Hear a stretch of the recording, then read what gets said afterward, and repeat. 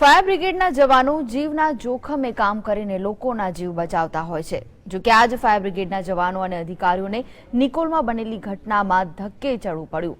કારણ બસ એટલું કે ફાયર બ્રિગેડના અધિકારી અને કર્મચારીઓએ તેમનો ડ્રેસ નહોતો પહેર્યો, કેમ કે કોર્પોરેશન દ્વારા દર વર્ષે ફાળવવામાં આવતા ડ્રેસ છેલ્લા 4 થી 5 વર્ષથી નથી ફાળવાયા। આગ હોય, પૂર હોય કે પછી કોઈ પણ ઘટના હોય, જ્યાં લોકોના જીવ જોખમમાં મુકાય છે ત્યાં ફાયર બ્રિગેડ પહોંચીને લોકોના જીવ પોતાના જીવને જોખમમાં મૂકીને બચાવે છે।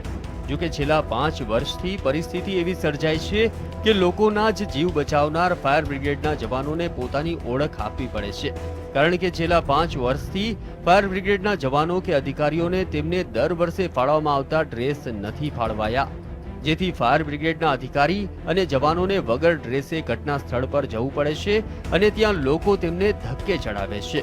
નિકોલ ડિમોલિશન વખતે પણ આવું જ બન્યું હતું।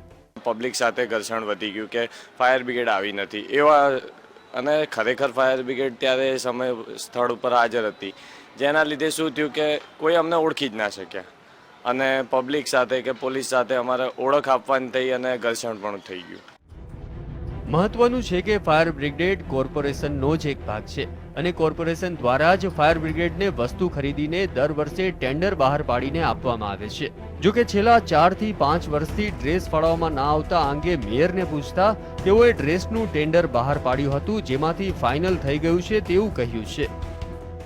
ડ્રેસના સંદર્ભમાં ડેપ્યુટી કમિશનર દ્વારા 3 ટેન્ડરો બહાર પાડવામાં આવ્યા હતા, પણ એ ટેન્ડરોમાં કોઈ આવ્યું નહોતું।